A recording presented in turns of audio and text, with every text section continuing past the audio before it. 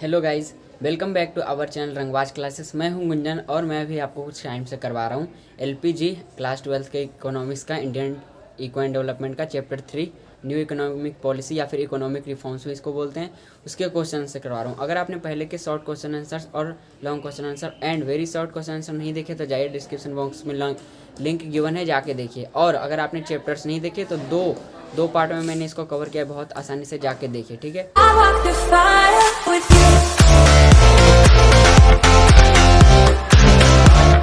जिसके बचे हुए क्वेश्चन थे शॉर्ट और लॉन्ग, तो आइए देखते हैं वो कौन से क्वेश्चन है।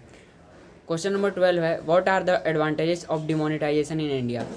भारत में जो नोटबंदी हुई थी उसके क्या क्या फ़ायदे हुए। देखिए, पहला है ट्रेस ब्लैक मनी। एक मेजर अचीवमेंट जो था, एक बहुत बड़ा फ़ायदा डिमोनेटाइजेशन का इंडिया में ये हुआ कि इसने गवर्नमेंट को ब्लैक मनी के ट्रेसिंग में बहुत फ़ायदा किया। बहुत ज़्यादा काला धन जो है वो इकट्ठा हुआ, ठीक है। लोगों ने क्लेम किया कि ये ब्लैक मनी जो है उन्होंने छुपा रखा था, जो कर चोरी किया था उन्होंने लिया था, ठीक है।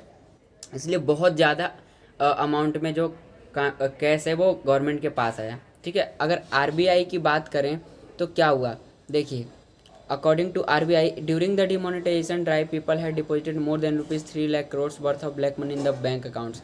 उन्होंने क्या किया कि 3 लाख करोड़ से ज़्यादा ब्लैक मनी को अपने अकाउंट में डिलीवर किया, क्योंकि नहीं करोगे तो पेपर हो जाता, रद्दी हो जाता, सब कोई फ़ायदा नहीं होता, ठीक है।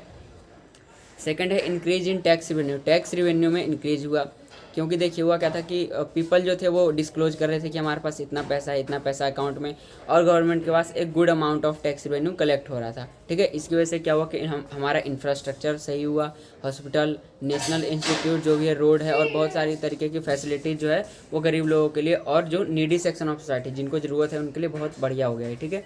थर्ड है कैशलेस इकोनॉमी। कैशलेस इकोनॉमी यानी कि जब डिमोनेटाइजेशन हुआ था इंडिया में तो सारा जो नोट था वो आउट ऑफ वो हो गया था इकोनॉमी, मतलब नए नोट जल्दी आ नहीं रहे थे। इसकी वजह से जो कैशलेस इकोनॉमी हो गई थी, इकोनॉमी में कैश रहा नहीं था, ठीक है। देखिए, ये गवर्नमेंट ने किया था ताकि हम इंडिया को एक डिजिटल मार्केट बना सकें, मतलब डिजिटली तौर से ट्रांजैक्शन हो सके, ठीक है। जैसे अब देखो, फ़ोन पे है, भारत पे है, भीम पे, यूपीआई है, बहुत कुछ है, गूगल पे है। Fourth, increase the number of tax pairs. अब क्या हुआ कि जो पहले टैक्स चोरी करते थे अब वो टैक्स भरने लगे, इसीलिए टैक्स पेयर्स के नंबर में इंक्रीज हुआ, ज़्यादा लोग अब टैक्स देने लगे, ठीक है। अब क्या हुआ था कि economy has witnessed close to 20% decline in currency in circulation, number of tax payers has considerably increase and large number of shell companies have been identified. बहुत सारी कंपनीज पाई गई जो कि बहुत ज़्यादा टैक्स चुरा लेती थी, टैक्स इवासेशन करती थी, नहीं देती थी। उन्होंने क्या किया, फिर धीरे धीरे टैक्स देना शुरू कर दिया और गवर्नमेंट को भी पता चल गया कि कौन कौन टैक्स नहीं देता था। अब एडवांटेज की तो बात कर लिया डिमोनेटाइजेशन की, इंडिया में क्या एडवांटेज है। अब डिसएडवांटेजेस, नुकसान क्या हुआ इसका डिमोनेटाइजेशन का इंडिया में। देखिए, पहला इनएडिक्वेट सप्लाई ऑफ न्यू नोट्स। जैसे ही नोटबंदी हुई अफरा तफरी मच गई लोगों में कि नई नोट आ नहीं रहे थे, उनके पास पैसे बचे नहीं थे, 150 ये सब के ही थे, ठीक है। 500 और 2000 के तो मतलब 500 और 1000 के तो हट गए थे। तो इनएडिक्वेट सप्लाई ऑफ न्यू नोट्स, जितना होना चाहिए, जिस अमाउंट में सप्लाई नई नोट का होना चाहिए था उतना नहीं हो पा रहा था, ये एक सबसे बड़ा डिसएडवांटेज था, ठीक है। और इससे लोग जो है वो कंफ्यूज में हो रहे थे कि क्या करें क्या ना करें।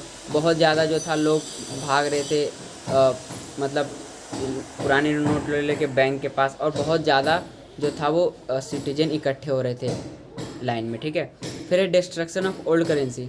अब हुआ क्या कि जो अगर एक गवर्नमेंट ने जी डिस्क्लोज़ कर दिया कि नोटबंदी हो गई, डिमोनेटाइजेशन हो गया इंडिया में, तो हुआ क्या कि बहुत सारे लोगों ने नोटों को जलाना या फेंकना शुरू कर दिया, ठीक है। क्या हुआ कि बहुत ज़्यादा कॉस्ट इसमें लगा नई करेंसी को फिर से बनाने में, इससे गवर्नमेंट को ये एक नुकसान हुआ, ठीक है। And if the cost are higher than benefits there is no use of demonetization. और इसमें ये लिखा गया है कि अगर आपके कॉस्ट से जितना आपको नोट बनाने में लगा है वो ज़्यादा हो आपके बेनिफिट से, तो डिमोनेटाइजेशन करने का कोई फ़ायदा नहीं है। अब देखिए, failure to recover enough black money. मानते हैं कि ब्लैक मनी उसने रिकवर किया, लेकिन उतना ज़्यादा नहीं किया, फेलियर भी था, बहुत ज़्यादा नहीं किया, ठीक है। जितना टारगेट किया गया था उतना नहीं हो पाया, ठीक है। अब देखिए, रियल इस्टेट, गोल्ड, ये सब में डिमोनेटाइजेशन का कोई फ़र्क नहीं पड़ा। अब बात करते हैं, देखिए, India has reduced import restriction several times in 2000, still it is evaluated as more restrictive than similar developing economies by the WTO in 2008। What can be the reason for this.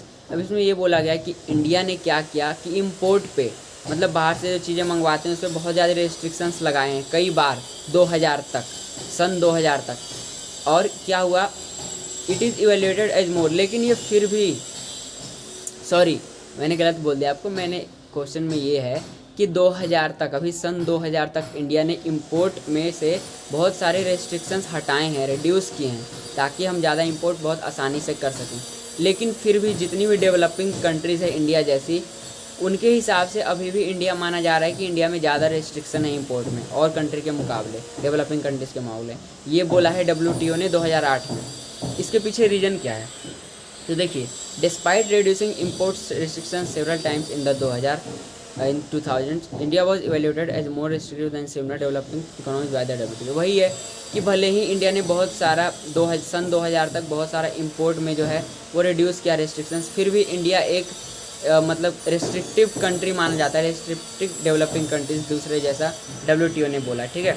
इसके पीछे रीज़न ये है कि एक तो electricity का यहाँ shortage है और इनएडिक्वेट ट्रांसपोर्टेशन इंफ्रास्ट्रक्चर है, ट्रांसपोर्टेशन इंफ्रास्ट्रक्चर सही उतना नहीं है, इसकी वजह से जो ट्रेड पे बहुत ज़्यादा इफेक्ट पड़ता है, ठीक है।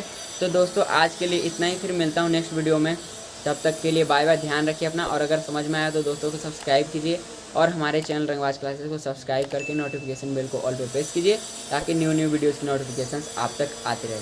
तो मिलता हूँ नेक्स्ट वीडियो में, तब तक के लिए बाय बाय।